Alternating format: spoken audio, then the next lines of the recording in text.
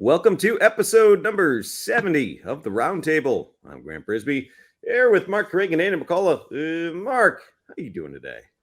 Oh, my court date was fine. How was yours? It was good. It was good. Mopery, I believe, was the charge. Mopery? I'm the mopey one in this group. No. It's a Revenge of the Nerds reference. I know that movie has a lot of problems, but Mopery is in there. It's stuck with me since I was a kid. What problems? I'm curious. What problems does Revenge of the Nerds have? You should watch it again. It'll come.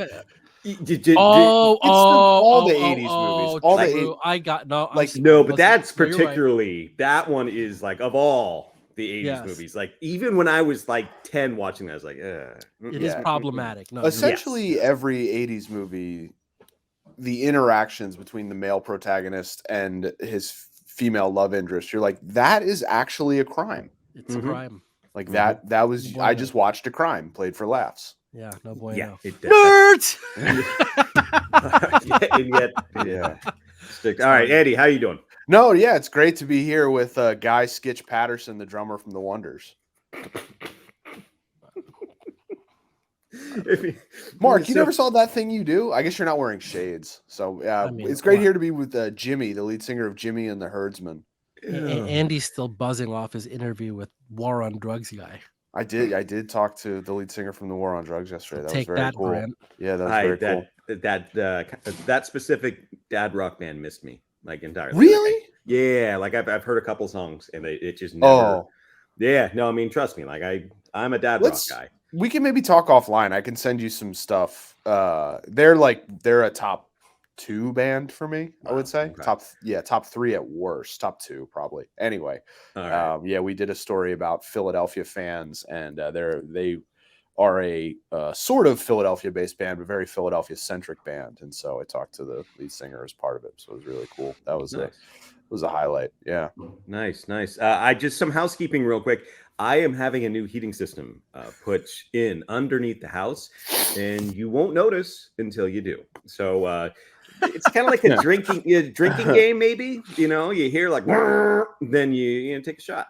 You know, don't do it in front of Mark though, because he's the assistant principal. So for you listening and not watching, Mark has a suit and tie on, and we're just gonna mess with them all. Mark gonna wear me out about Mark has a suit and tie. I'm in a Sheraton in Philadelphia with odd lighting, so the people of YouTube are gonna get a great view of both of my chins today. It's gonna be a fun one. The baseball playoffs are happening. Hey, Grant. They are. It's a little postseason. I liked how you went into like Will Ferrell doing Harry Carey there. Yeah. Hi. Baseball. Postseason, if you had 104 wins, would you try and win more than one game in the postseason? Wow. I guess we're gonna have to. We'll just get the format stuff out of the way, right? Do you guys react the same way I do? Like, I don't even know. Were people complaining? Were actual teams complaining about the format on the record? Like when it was announced, the CBA? No, I feel like there was kind of a low-level format grumbling that was coming through. And then, and look, I was out at the Dodgers series against the D-backs, and there was a little bit of format grumbling from Dodgers people, but nothing like too explicit. And then, there were, questions being asked after the Dodgers, the Braves, and the Orioles all lost, and I felt like the people asked kind of answered, "Hey, Grant, your door's knocking." I felt like the people answered pretty candidly that they weren't crazy about the format, but there's nothing you can do. You got to win your games, and it was sort of like almost like I don't know. I feel like it was strawmanned in some ways because maybe I missed it, but I don't know if there were people specifically griping about the layoff being a factor in here. Like I thought Spencer Strider handled it pretty well. I think Dave Roberts was pretty candid about 5 days is more than we'd want, but what are you going to do? Like we have to play better baseball. So I don't know. Was the discourse created by a couple of stray tweets? Is that what you're? I feel that way. But I could be wrong. I go two ways. When the schedule was announced, or the format was announced, the changes to the postseason format, I think we did a pod on it, and I was on record saying I don't like it. And one of the things that I didn't like about it was the unknown of the unintended consequences of a long layoff. There's probably audio of me talking about it, and I think producer Brian should go back and find it. But for the most part, I didn't like say this is going to be a problem. It's like, what if this is something that affects the outcome? And that's sort of where I am now. And I'm an agnostic. Like, they could play better, but also the Dodgers were, melted. They just had shoulders all over the place. And some of them were on fire, some of them were in toxic waste. And that's why they lost. But at the same time, I don't know that the format doesn't not make a difference. I'm so sick of this shit. Like, okay, it is difficult to not play baseball for 5 days and then play baseball again. I agree with that. Yeah. Okay. But what's more difficult? 5-day layoff or playing for your life in the first round after you've won 104 games. I would argue it's the latter. So everybody shut up about this. Holy shit. All right. Like, is it ideal to lay off? No, it's not. But what's worse? Playing for your life in a short series when you've won 104 games against a team that has a 54% chance of winning against, stop with this. All right. Like, you get to escape one more pull of the slot machine. Right. Take your W and shut up. Yeah. Oh my God! But I guess we're minds with this. Like, it's like I don't even understand the discourse, because it's like, obviously you want to skip around. Obviously that is better. Okay, obviously that is advantageous to not have to pull the trigger one more time in the Russian roulette game that is the Major League Playoffs. It is obvious to skip it altogether is better. So I don't get how people have lost sight of that and are like caught up in like the layoff and it's like, you get to skip. You got an easy pass for winning 104 games. Be happy about that. I feel like I've never felt like this. I feel like the Q3 earnings came in underneath target. Like, I've always wanted to know what it's like to have like a middle manager scream at me about Q3 earnings. No, all I can think about is the advertisement is right. You are going to like the way you look.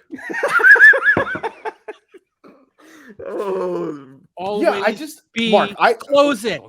Mark. Yeah, right. Yeah. Set of steak he just knives pulls out a thing frames. of set of steak knives. You got to have brass balls. That's problematic, man. That's problematic. Is it? Okay. It's a little. Producer Brian, cut that. No, you can keep it, but it's problematic. I was talking to an executive yesterday, and I brought up the format thing, and I was like, "Hey, complaining about that's loser shit, right?" And he was like, "Yeah, it's loser shit." He was like, "Every team will tell you. How about this? If you win your division next year, you get to choose. You can play in the wild card round, or you can take the bye." Ooh. Yeah. So, here we go. No. That's cooking with the good stuff. It is. It is. Like, no downside to that. Remember when they had that idea that where they're floating out where you had to pick your opponent? I like that. And all those Yankee fans that were tweeting out that Biden quote of him going, Minnesota! Yeah. Like, dude, I'm all about it. Choose your own adventure, baby. Okay, enough of this garbage excuse making. Like, you get to choose how you want to do this. You want to pull the lever on the slot machine after winning 104 ball games? Hey, it's your season. Go for it. I love it. Yeah. So here's a question for you. Is postseason baseball different than regular season baseball? And if so, how do you build a team capable of doing both? First of all, postseason baseball is generally fewer games. Second, there's a chance that it could end early for some teams as opposed to just stretching on for 162 games. I mean, of course it's different. And you saw, I mean, teams are always trying to do, I'm too far away from my bell, but they're trying to do the 14-15 Royals, shorten the game, right? That has not gone away. That has not aged poorly. That is still Right. the dream. And you're seeing it where when the Astros bring Brian Abreu in, it's just like, oh, well, okay, I'll just go to the potty, come back, and there'll be another inning up.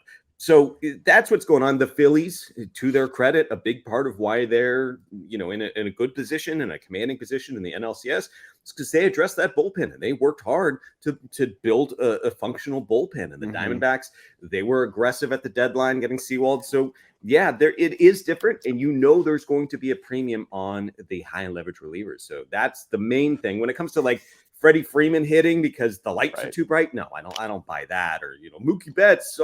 He just can't do it. That's stupid. That's casual talk.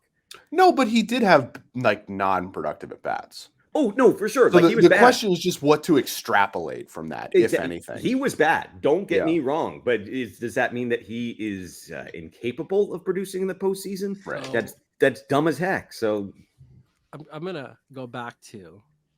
This is one of my favorite examples. This is from like the 20s and 30s. Did you know that the NFL did not have a postseason until like I think the late 20s, early 30s? What they did was, if you had the highest, it wasn't until your fashion icon Vince Lombardi took over, right? That's right. That's right. God family and the Green Bay Packers. Yeah. Anyway, if you were gonna dress as Hank Stram for Halloween, you could have waited a couple weeks. We did matriculate the ball down the field. Yeah. So like, they didn't have playoffs, and what they did was that the team with the best record won the championship.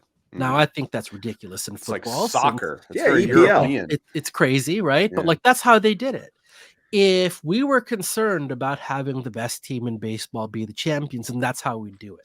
Because that's the true test of who the best team in baseball is. But that's not what we're looking for. We're looking for the champion of baseball. Yeah, we're looking for the World Series champion of baseball, and that means this is the system in which we do it. So this idea that everything's flawed because the best team doesn't win, where have you been for the last 125 freaking years in this sport? Come on, like that. It's never worked that way. Yeah. Okay? No. And if you want it to work that way, then be the NFL of the 20s and don't have a postseason tournament. All right. Or just follow basketball. The Braves, Like just follow the NBA. Like if you are like dead set on I need a sport that gives me the results I want. Like baseball's not for you, hockey's not for you. And that's the fundamental disconnect. You're right, Grant. Like that 54% number is true. Yeah. Right. That when you've got an edge in the sport, it's a 4% edge, not like in the NBA where it's like closer to 80. Yeah. All right. Yeah. Like that. I mean, that's just fundamentally how this thing's set up. So if you want to account for that by saying that we're going to crown a champion by playing 162 and seeing who comes out on top, then great. Congratulations. You're the run differential trophy goes to you. And like, that's great. But what fun is that? What fun is that? The World Series is just an exercise in who gets the most dominoes falling in their favor combined with talent. Don't get me wrong. Like if the Rangers win, the Rangers are going to win because they have Evan Carter. And Evan Carter is doing great things and he's playing above his age and he seems like a cool as a cucumber type player.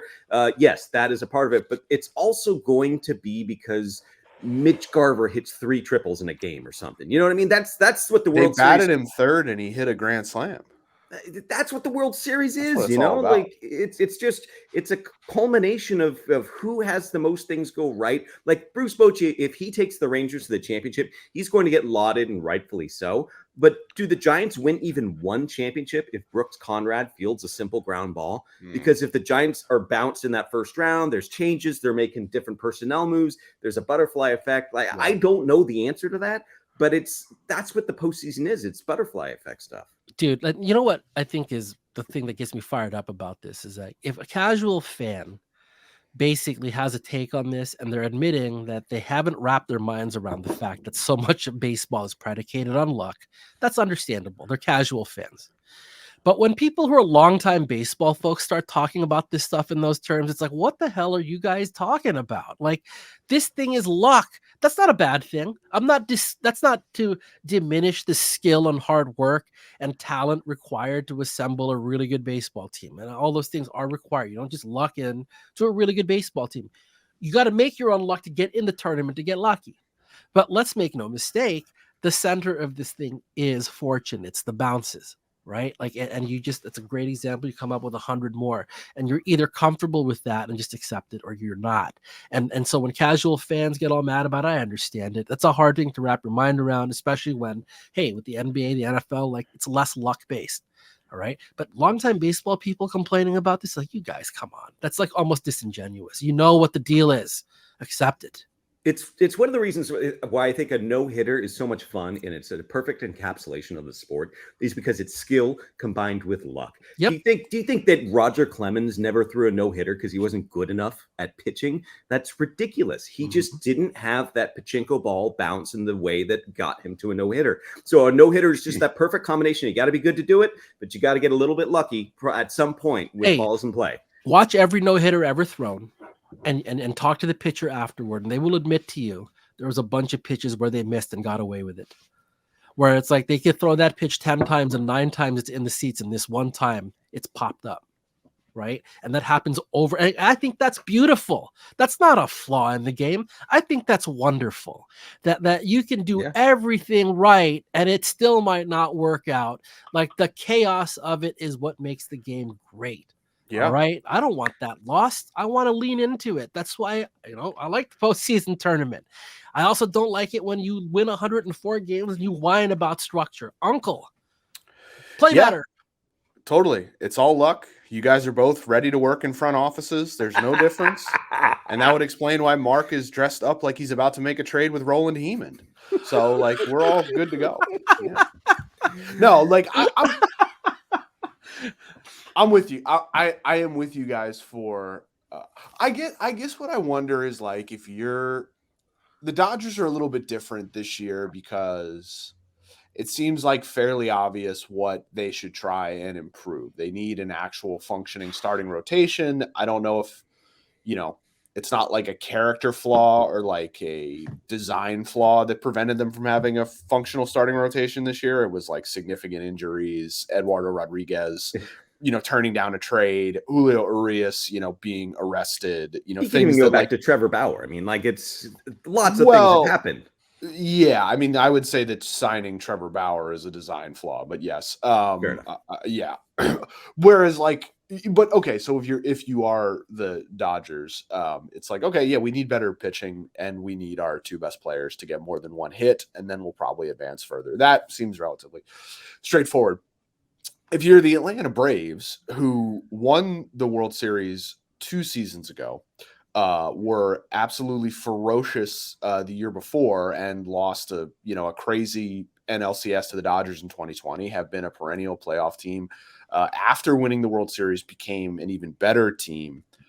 And the problem seems to, I don't even know if it's a problem, but have just run into, the Philly buzzsaw these past 2 years. Like, what do you take out of that? What do you do with that? Like, I don't know, but I think naturally, as people who write about the sport, who are servicing fans who want answers, it seems fairly challenging to present it as like, oh, well, baseball, So, like, I don't know. Because I'm with you guys. Like, I think fundamentally, like, that is probably the correct answer. It's like, well, you kind of need to just play better. But I don't know. It's the Braves situation is confounding, but also the Phillies are a team who it feels like I'm going to try and say this in a way that isn't condescending. It's like they play down to their competition during the regular season, and then they play up to their talent in the postseason. It seems last 2 years, because like you look around the diamond, right, and it's like, okay, JT Realmuto, probably the best catcher in the sport. You got Bryce Harper at first base. Bryson Stott's a first-round pick. Trey Turner's a $300 million player. Alec Baum's a first-round pick. Brandon Marsh had like an 800 OPS. Nick Castellanos is a $100 million player. Kyle Schwarber makes $20 million a year. Zack Wheeler is like one of the best big-game pitchers of the last few years. And you're like, this team won 90 games? Like, what the heck? So it's almost like they feel like a true talent team above their what their record was, and so it seems like they're kind of these kooky wild card, and it's like, no, they have a good player at every position. Let's take time out for traffic at the 30-minute mark. What's going on out there, Mark? How's 580 looking? I'm the traffic reporter now. Yeah, is that why you're wearing the suit? Oh, I see. This is mornings on 2. You want to know how the Nimitz freeway is moving this morning? Yeah, I hear Well, it's back Grant, up at the it's maze. slow and go up to Hagenberger. Shut up. No, I'm sick of your shit. That's it, Uncle. You got 20 minutes of free shots for both. That's enough now. Okay. All right. To your point, yes, the Phillies. No, it looks good on you though. I should do this every week because, like, you're for the first time, you're both legitimately funny.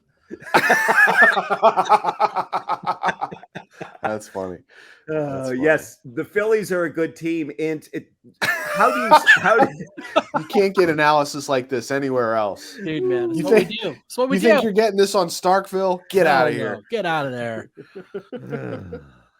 I was getting to a point. Yeah, go for Well, it. how do you sell the idea that the Braves can lose because of baseball? I think it's by making the same points that you are. That the Phillies are a good team, and that sometimes when a mommy and a daddy, sometimes when like two teams get together, the really good team can lose to the very good team, and that's I don't know. That seems like simpleton stuff, dude. Like, here's the thing.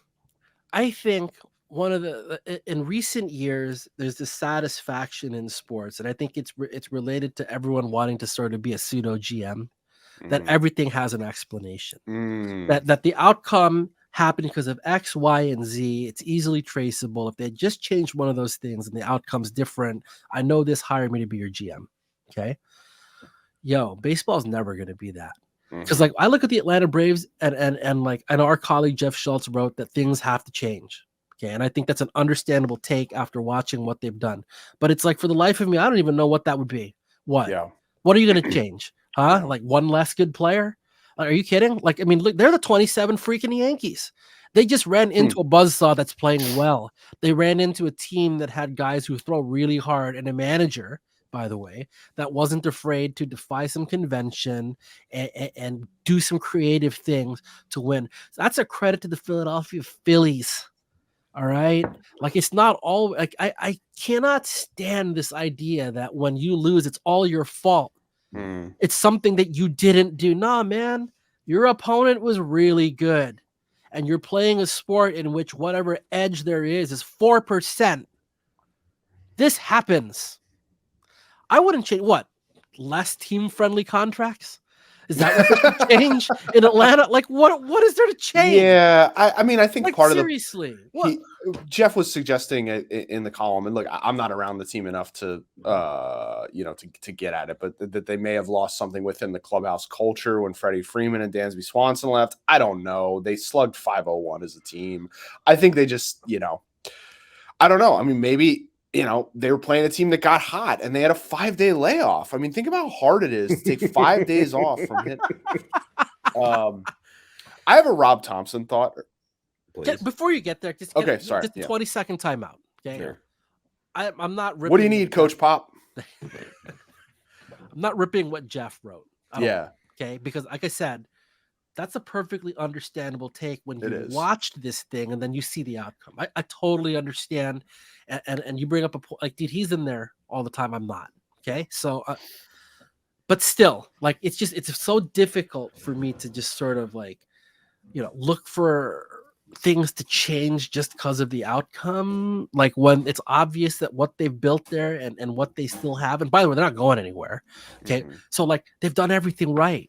That's all I'm saying. Like, they're not a one-hit wonder, dude. The Braves are going to come at you again next year. Yeah. That's impressive. They've been this good for like year after year after year. That ain't luck. At this point. If you could just put money down on one team, no odds, right? And I mean, I've put money down on a lot of teams recently, baseball teams specifically. But if you could just like put theoretical money down on one team to be good, have the best winning percentage over the next 5 years, right? Even odds all across. What team are you picking? It's the Braves. It is the Braves. It is 100% the Braves. Freaking I don't. What else are you gonna do? What else are you gonna do? Yeah. They offer stability, which our guest Jerry Sloan can talk about as the head coach of the Utah Jazz for so many years. Andy. when Mark calls roll, I'm going to say that I'm Andy. It's great. Stop Yeah. chewing gum in my school. Anyway, Yeah. you had a Thomson thought. I Andy. had a Rob Thomson thought. I was saying this. This kind of struck me yesterday, but like I don't want to overstate my assessment of Rob Thompson's skill as a manager, but I think he seems like he's pretty good. Seems like Pretty he's pretty good at what he does. He seems Yeah. like the players seem to respond to him. He seems like he has good relationships where he can. We talked about the situation with Ranger Suarez last week, where he kind of had a didn't communicate with Suarez, but knew he could make it up on the back end. You watch him manage in the postseason, you're like, this guy seems to press the right button fairly often. Isn't it weird that someone who seems to be this well suited for the job couldn't get one? Yeah. Isn't that weird? Yeah, it is. What does that say about the interview process, what teams are looking for, what they value, that someone who obviously inherited a team with a lot of talent, but also inherited a team that was like 10 games under 500 or whatever the Phillies were, last year, and is like, seems to have performed pretty well on this stage 2 years in a row. Like, what does it say about this like clearly detail oriented, clearly communicative, clearly effective strategist couldn't get a managerial job? That's weird to me. Have you guys seen The Right Stuff, the movie? No. Okay, first off, come on. Second of all, great movie. It's about the space program and leading up into Apollo 11, but it goes deep into the history. And there is just a scene where they put two astronauts or potential astronauts in a simulation, a capsule, and they start just throwing things at them. Then like there's steam hissing, and they've been up for 36 hours, and one guy's just like, out, and the other guy is taking a nap. That's just how it is. You don't have that for baseball. You don't have that. Shut up, producer Brian. There are no spoilers there. We got to the moon, damn it. Some people say. I'm not so sure, but no, seriously. There's nothing like that for baseball manager. Like you can ask all the questions. You can say, if a train is leaving Poughkeepsie at 10 a.m. and it gets to Austin at this, do you bunt? Yeah, you can ask all those questions, but you're not going to know how someone's going to react in the moments that Rob Thomson has seemingly reacted well. I also don't think you ever truly know how they're going to make relationships in that spot. See, what changes fundamentally is that when you go from like a bench coach to a manager, is all the other things that come with being a manager. You sort of have that mandate now to talk to your players a certain way. And until you have it, you don't know how they're going to respond. I think it's very clear that Rob Thomson was a highly respected major league coach for many, many years. Like trusted, competent, popular, all these things. But what changed in Philly was that they put him in a chair. And after that happens, you really don't know how that's going to play. You really don't. And I think what happens in hiring processes, and this isn't just in baseball, this is everywhere, is that it gets really easy to look at somebody's background, what they've done, and typecast them.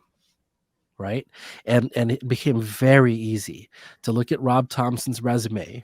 And then it almost becomes a self-fulfilling thing. Whoa, he's 59 years old or whatever, and he hasn't gotten a crack yet. What's wrong with him? And it's like, that isn't fair. Right? Because you really don't know how they're going to respond when they've got the mandate. And now the conversations he can have with players are fundamentally different because he's the manager. And in Rob Thomson's case, it's really cool to watch him thrive. He's obviously very good at it. Yeah. Right? From the outside, you can see just the way the players talk about him. This is not a team that just like smoothly got through the season, by the way. They went through some stuff, like a lot of these teams did. And obviously, Rob Thomson was one of the steadying forces on that staff to help get them through. Dude, you can't just like your right stuff example, like you're never going to be able to tell until you put him in the chair. And I think it's a reminder of being careful about making assumptions about people based on just their background, right? Like, oh, he's a veteran guy, he's locked in. No, he's not. He's exactly the opposite of being locked in his ways. We saw it in practice, and it's the reason they're still playing potentially. So no, man, I think it's kind of cool. It's a great reminder. Hey, like, you just don't typecast people, man. Like, you don't know what you're gonna get, and sometimes it's really good. Like, and credit to the Phillies, credit to them, putting Rob in that chair and having the wisdom to be like, you know what, this is working out pretty well. What's the interview question like? Where it's like, okay, pretend for the sake of argument that you have a player who was on the cover of Sports Illustrated when he was 15 years old and is now making $300+ million. Also, you have a big galoot who is hitting under the Mendoza line, but seems to come up with home runs at all times. You've got other 9-figure players all over the roster. You've got some young players you got to fill in. How do you handle that, sir? Like, no, that you don't plan for that. It's just you hope that your guy is going to mesh all that into like a nice tapestry. What I think was the Ranger Suarez thing is really interesting to me because I'll never be in a position where I'm hiring a manager, but if I was giving like a whatever, that sort of thing, does that mean Mark didn't get the job? He's dressed up in a suit and tie, and you're not going to hire him? Sorry, go on. Yeah. No, but like, if you ask me, like, hey, so you have a situation where, you're going to need to use a pitcher in a slightly different situation, how would you handle it? I would be like, oh, you need to communicate with him. You cannot, you don't want to confuse him, like, blah, blah, blah. And he kind of did the opposite, and then it was just like, yeah, I will fix it on the back end. And like, if you said that in the interview, someone would be like, you'll fix it on the, okay, this dumbass, like that just but that's what the job is like having feel, having the ability to read the room, to read relationships. And I don't know. It's just the typecasting thing. Like, that was when I everyone was making fun of me because I went on this, that rant defending Dayton Moore like a month or so ago. But that was kind of what I was talking about, is this idea that like a person's experience can somehow be used against them, and their sort of like their expertise and all the things they've learned can be used as like a cudgel, when it's like, well, it might be, but it's also like evidence that this person has been doing something right to stay in this chair for so long, And so, I think the idea of like typecasting, like, there probably won't be a 60-year-old first-time manager hired this winter in this round of hiring, right? It's probably something will be lost because of that. Yeah. Well, I mean, okay. In fairness, though, too, we're only looking at one half of the equation here, right? This was the right team for Rob Thomson. Yeah. Okay. Like, you got to have the right. It's really about situation, and I think my point really is, sometimes it might be the 59-year-old dude, and that you have to be open to that. And sometimes it's not. Like, we should also like realize that like you can't just default to your biases. But I think that's kind of what we're talking about here. Is like, I think sometimes when I look at these jobs and whatever, like, it's clear to me that like biases come into play, and then that's human. Like, that's not I mean, biases are a part of everything that we do. I think the point of higher ground is when you're able to recognize that and then address it. But that doesn't mean the biases go away. And so I wonder sometimes in these processes, like, are clubs doing a better job of that or not? Like, because if you become prisoner to your biases, like, you never get the right outcome. Like, you're really subject to missing out on guys like Rob Thomson, or like on the flip side of this, Alyssa Nacken. Okay. Like, I mean, I think that you gotta like be conscious about these things and work hard to beat them back. All right. And that part of this is knowing your room, man. Like that. I mean, I don't know. Rob Thomson could have also failed at this. Like, I think some of this is just like, who are you inheriting and like what kind of club is now. Look, he's also making his luck there too. He is, right? Like, he's got to be able to read the room, like you say. I think feel is massive.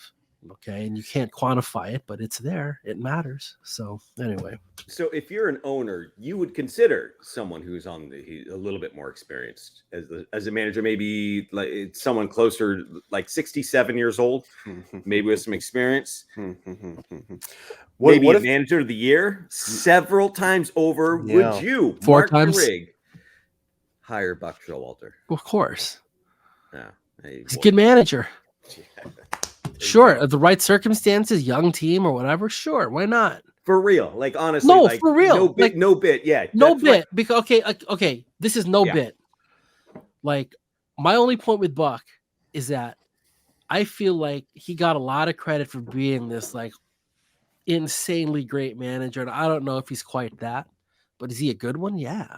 There's a reason he keeps getting hired. There's a reason why the teams that when they have success, like that's not a fluke, man. Like there's some stuff that he's doing that is obviously time tested and working well. So all respect, of course, I'd hire someone like that if the situation were right. Of course, I Situation would. were right, yeah. part of me thinks that all this stems from when Mark knocked on Buck's door to sell him solar panels. Like Buck was really rude.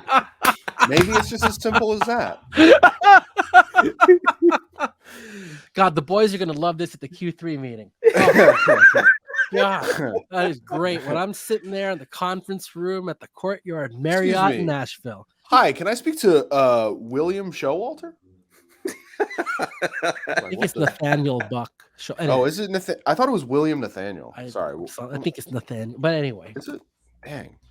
Yes. I thought it was William Nathaniel. It is William Nathaniel. Damn it. Come on, man. My bad.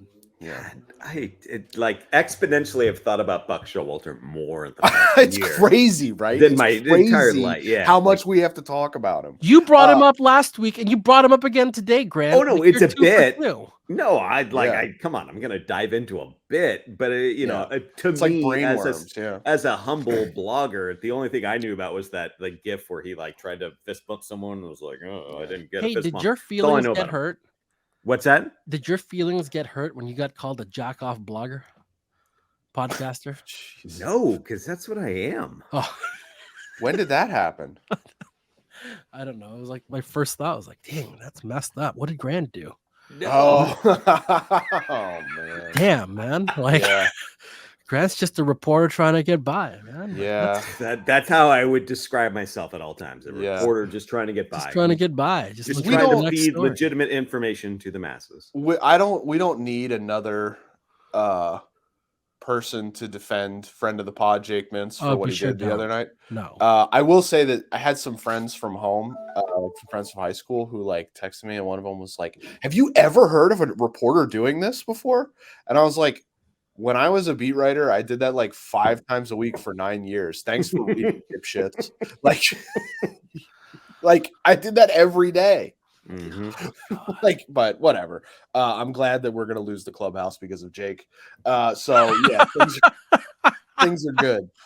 Once I find out which one of them Jake is, I'm going to give him the business. Yeah, that's right, man. Oh, my that God, was something. God bless Jake, friend of the pod. Him and Kevin Ginkle, friend of the pod. Brandon Pafat. Brandon Fott was very good. Was very good in the NLDS. Strong.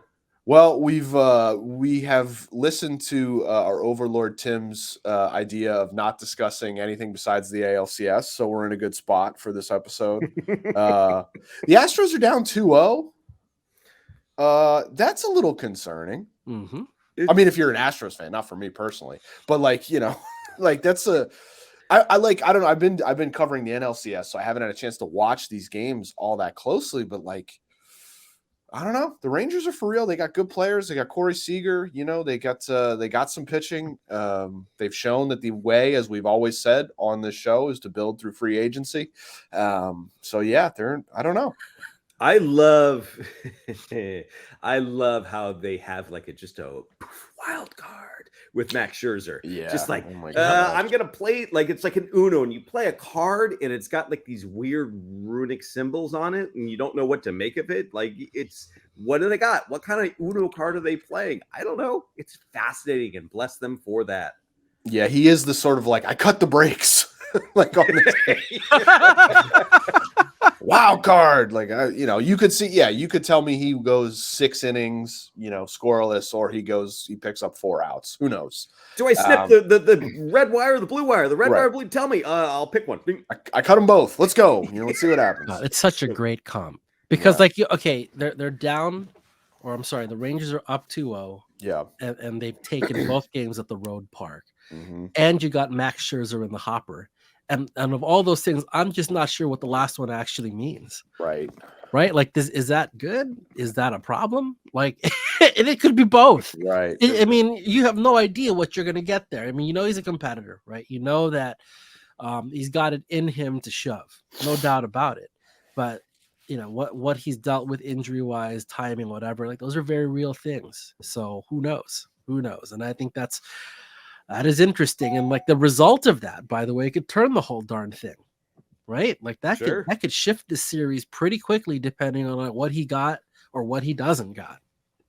Yeah, you go back, you steal a game, that first game in Arlington, and then you maybe take another game there, and then you're heading back to Houston, and you're feeling pretty good.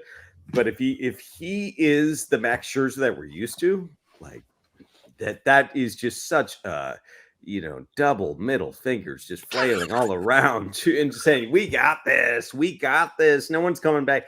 Dave Roberts isn't stealing second base, like we got this. No, he's not even at that series, actually. It's a historical reference. Is it me or there's a bunch of ex-Mets floating around?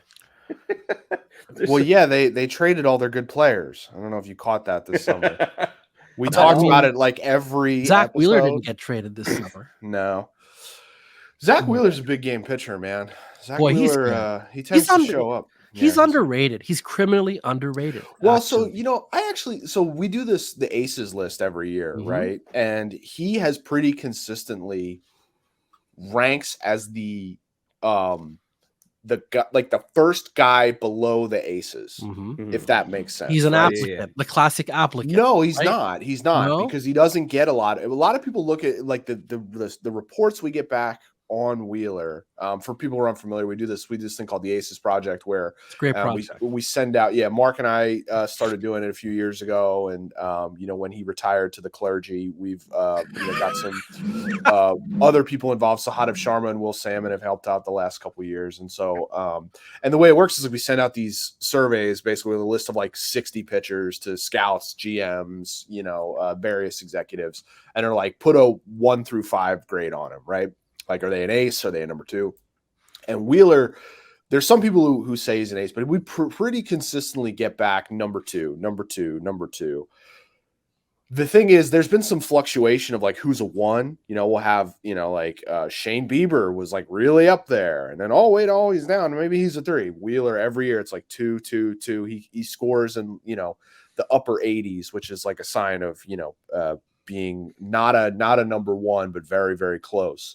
And the consistency of it, I think, is what's most impressive. The way that since 2018, I want to say the first year he was really healthy and able to make like 32 starts, like you can kind of pencil him in for like somewhere with an ERA, somewhere in the low 3s, good strikeout rate, big fastball. And he's shown up in the postseason. He's a legit player. He's really, really good.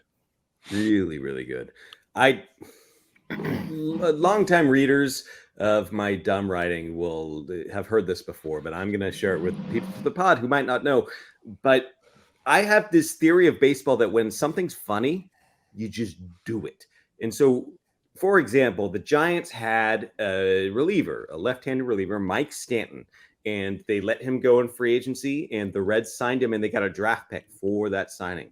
And with that draft pick, they could have drafted a prospect named Mike Stanton, and he became Giancarlo Stanton, right? That would have been the funny thing, and it would have been the smart thing. He was right there when they were picking with that compensatory draft pick. Same thing with the Twins. The Twins had Taylor Rogers in their bullpen. Tyler Rogers was coming through the Rule 5 draft. They could have put him on the roster to give them literal twins in the bullpen. didn't do it. Tyler Rogers is now a really good reliever, right? I think the Giants should have signed Zack Wheeler to a big contract because it would have been funny. It would have been funny for all the people who are still complaining about Carlos Beltran all these years. And like Zack Wheeler didn't do much with the Mets. Now he's Zack Wheeler, and that would be funny. So if I'm a GM, do things that are funny, that kind of hit those notes. I don't see any problem here. I think it's his career is funny. Yeah. Right. When you really look at how it turned out, you mentioned the Beltran trade, his time with the Mets.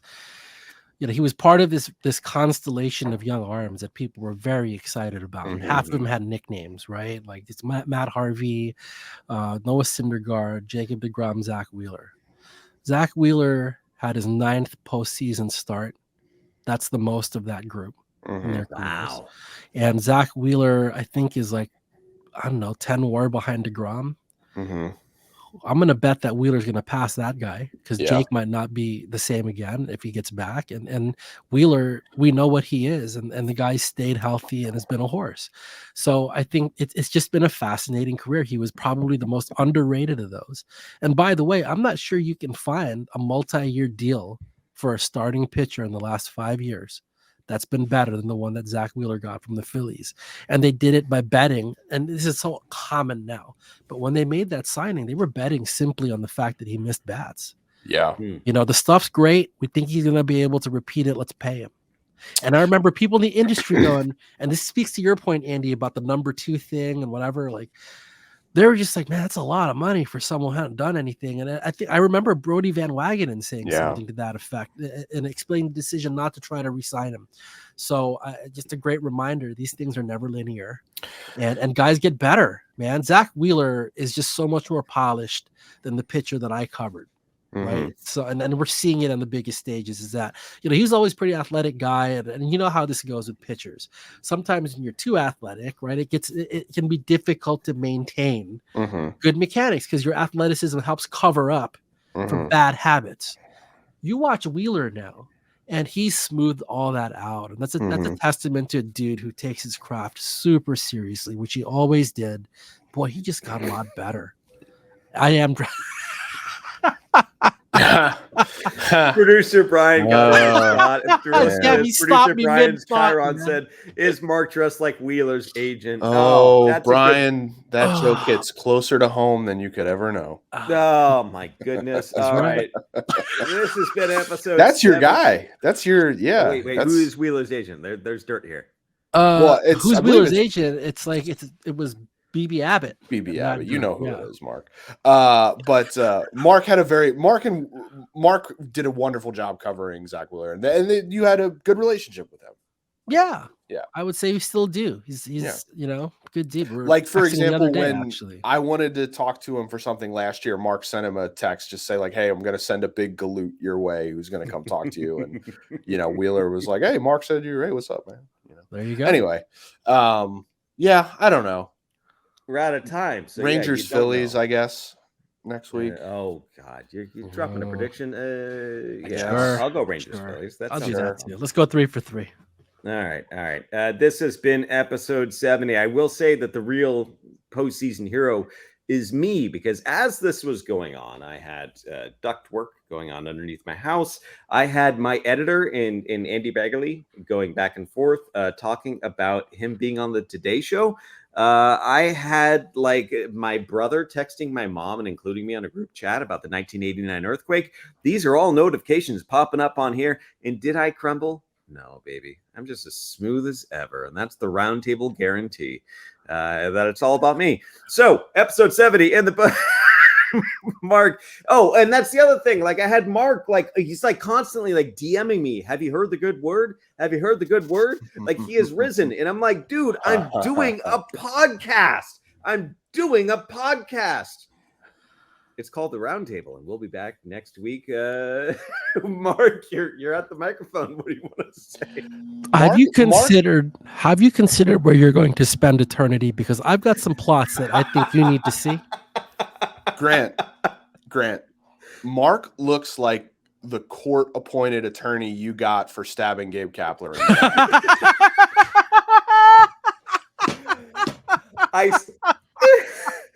I swear I can't make this up. My Melissa Oh. Lockhart, my editor, and Baggerly are DMing in Slack back and forth about Beltran and Wheeler. I swear to God, this is my life. They are like right now talking about Wheeler and Beltran. Amazing. Yeah. All right. This has been episode 70 of the Roundtable. Back next week. Housekeeping. It'll be a Wednesday podcast because of being on assignment. So we will see you then. We'll talk about baseball because that's what we do. See you then.